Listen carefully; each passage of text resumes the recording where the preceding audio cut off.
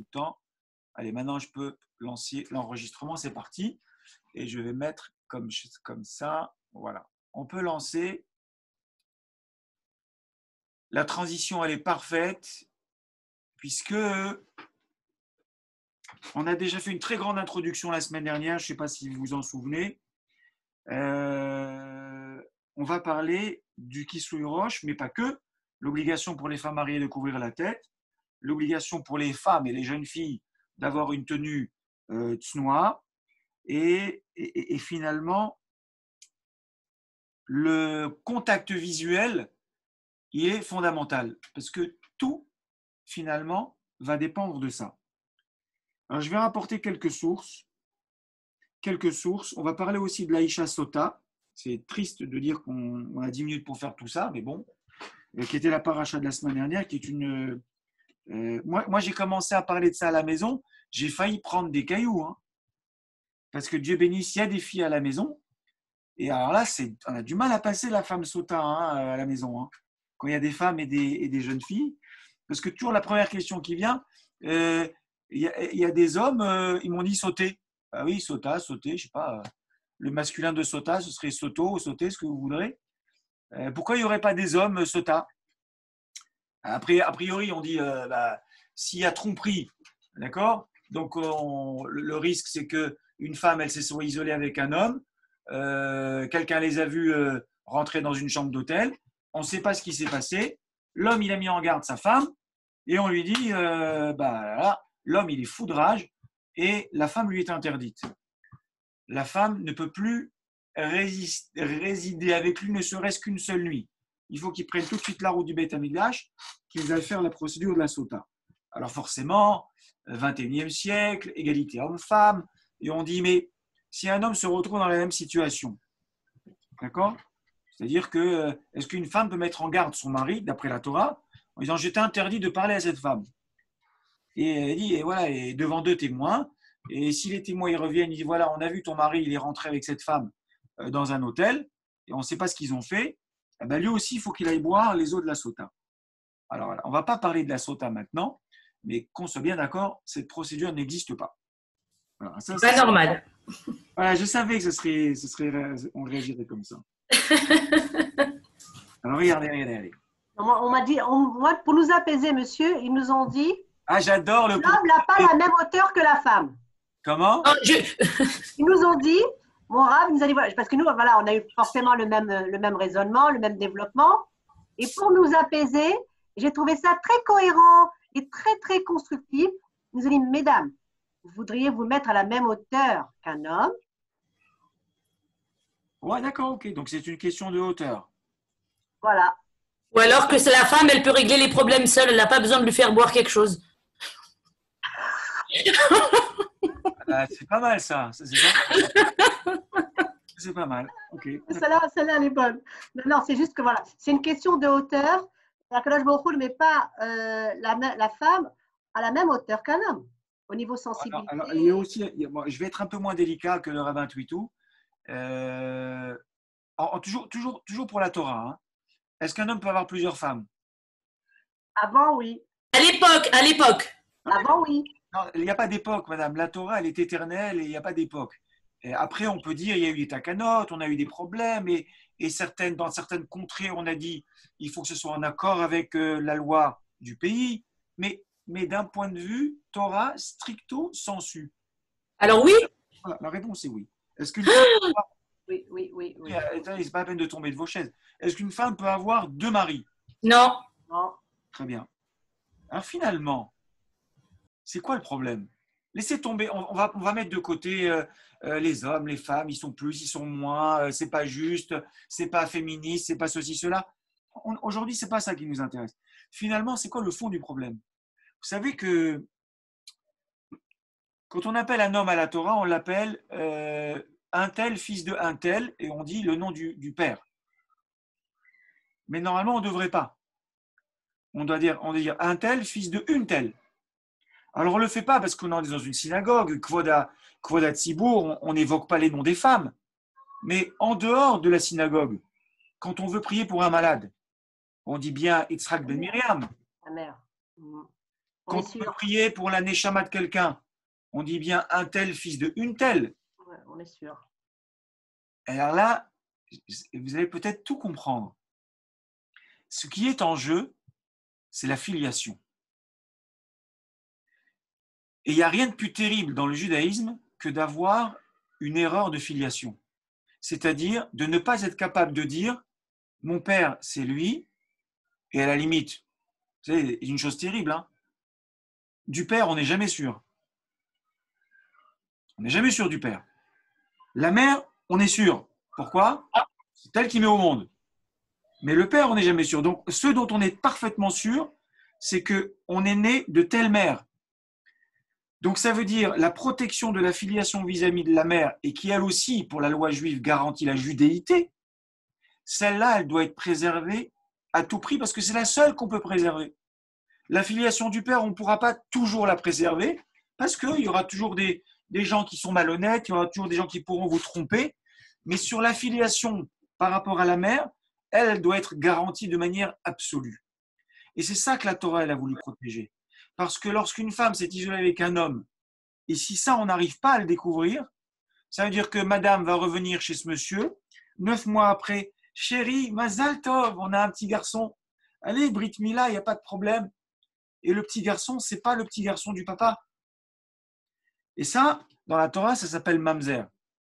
Mamzer, c'est pas très joli dans la Torah. Hein. C'est un statut. D'accord, il y a juif, il y a non-juif, il y a mamzer. C'est un statut dans la Torah. Le mamzer, il a tellement une filiation erronée et tordue qu'on dit il ne peut pas rentrer dans le clan d'Israël. Un mamzer, il doit se marier avec une mamzerette, quelqu'un qui a le même statut que lui. Et donc, jusqu'à la fin des temps, ils garderont leur statut et ils resteront ensemble. Donc, le peuple juif, il tire sa force de sa filiation. Et la filiation, c'est extrêmement important et il faut qu'elle soit préservée. Mais c'est une grande parenthèse sur la sota, je ne voulais pas tellement rentrer dans cette histoire. C'est marqué dans le Sefer Vaïkra, je crois que vous avez la référence dans ce que je vous ai donné. Ouais, Vaïkra 18.6, c'était la première référence.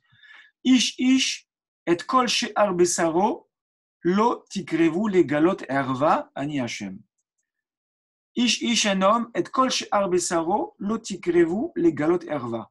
Il faut absolument, on est mis en garde sur le fait de ne pas découvrir une nudité quelle qu'elle soit. Erva, c'est nudité. Nudité, on ne sait pas ce que c'est dans la Torah. Ça revient très souvent, mais il faut qu'elle soit définie.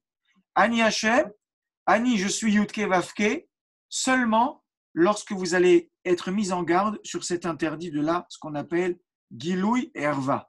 Vous avez entendu le terme Arayot, c'est-à-dire toutes les unions interdites, mais en réalité, Erva, ça ne va pas jusqu'à l'union interdite, c'est juste la nudité. Toute nudité. Alors, qu'est-ce qu'on définit comme étant une nudité chez une femme? C'est très simple. Tout ce qui est habituellement caché, dès l'instant où il est découvert, a le statut de Herva. Alors, il y a des incidences halachiques. Je ne peux pas faire Kriyat Shema devant. Je ne peux pas prononcer le nom d'Hachem. Je ne peux pas dire des livrets Torah.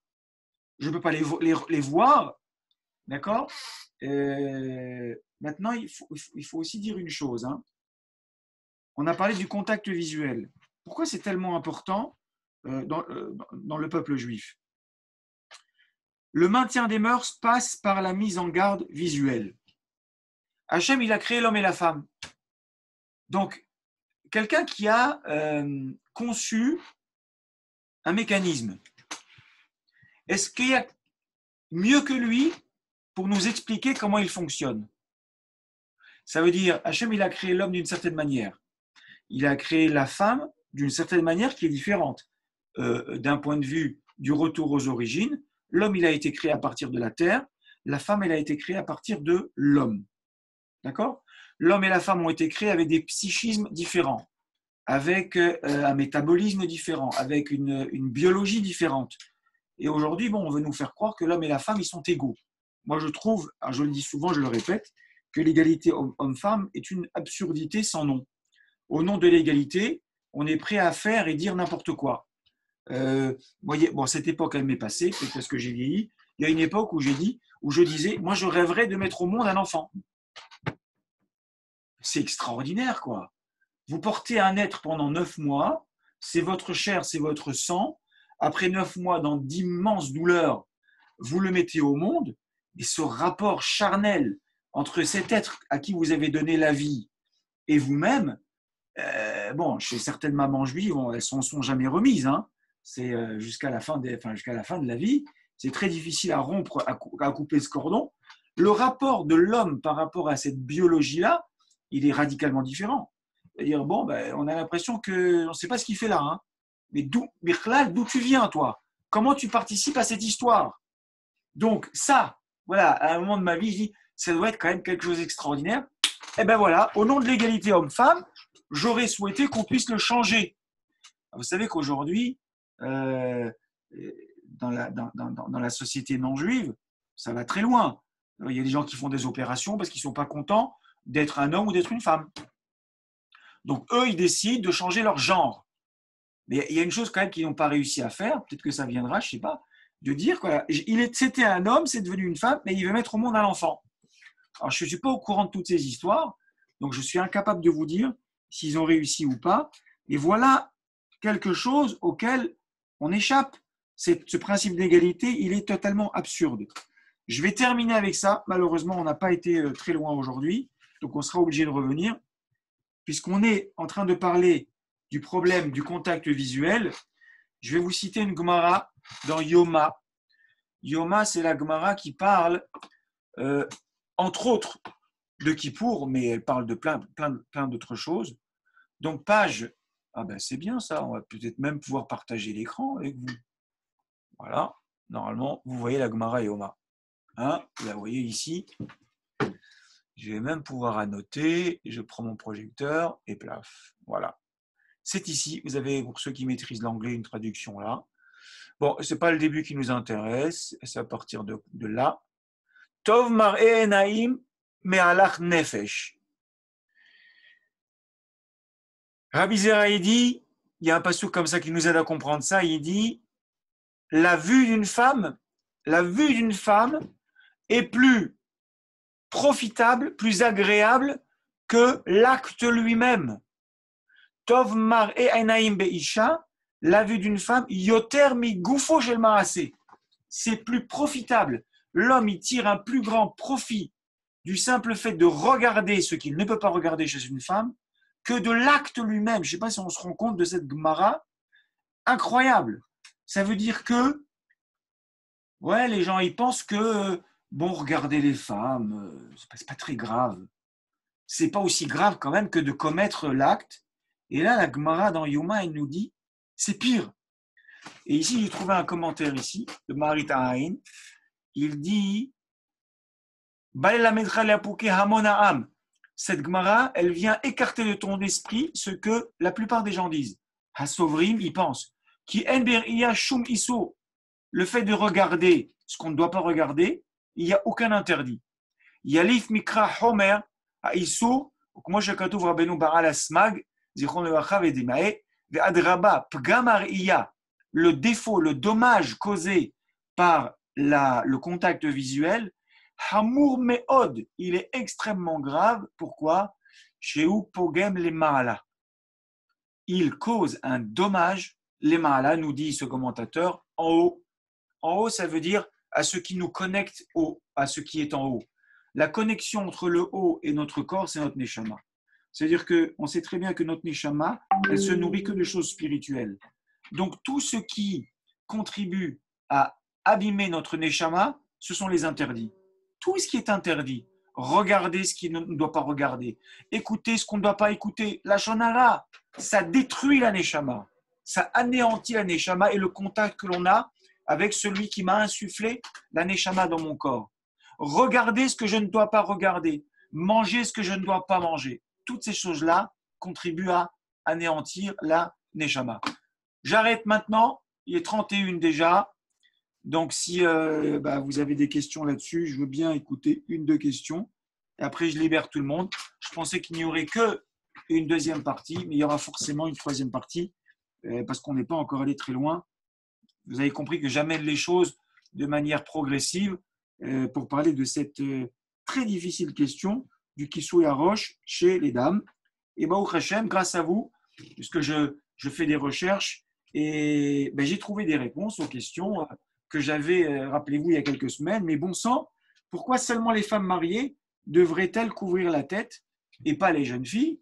Puisqu'on dit, s'il ne faut pas regarder, on ne doit pas regarder davantage la belle chevelure d'une jeune fille de 18 ans, pas plus que celle de une dame mariée de 35-40 ans. D'ailleurs, il n'y a aucune différence entre une femme qui vient de se marier et une femme qui a 90 ans, concernant le fait de couvrir la tête. Madame Bentura, je crois, je vois qui lève la main. Je ne sais pas, il faut reprendre la main sur les micros.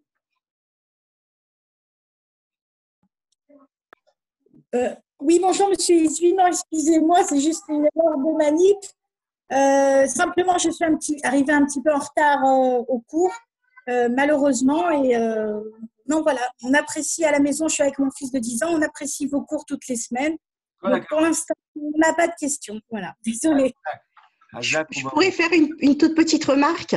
Avec grand plaisir, madame. Voilà, alors, effectivement, par rapport à ce que vous avez dit, alors effectivement, les nations du monde, on les appelle Oumot, qui vient de Ouma, parce que là-bas, on n'est sûr que de la mer, de Ima. Ça va complètement avec ce que vous avez dit tout à l'heure. Très bien, Razak. Oui, c'est assez biologique, on n'y peut rien. Ok, Ouais. Merci mesdames.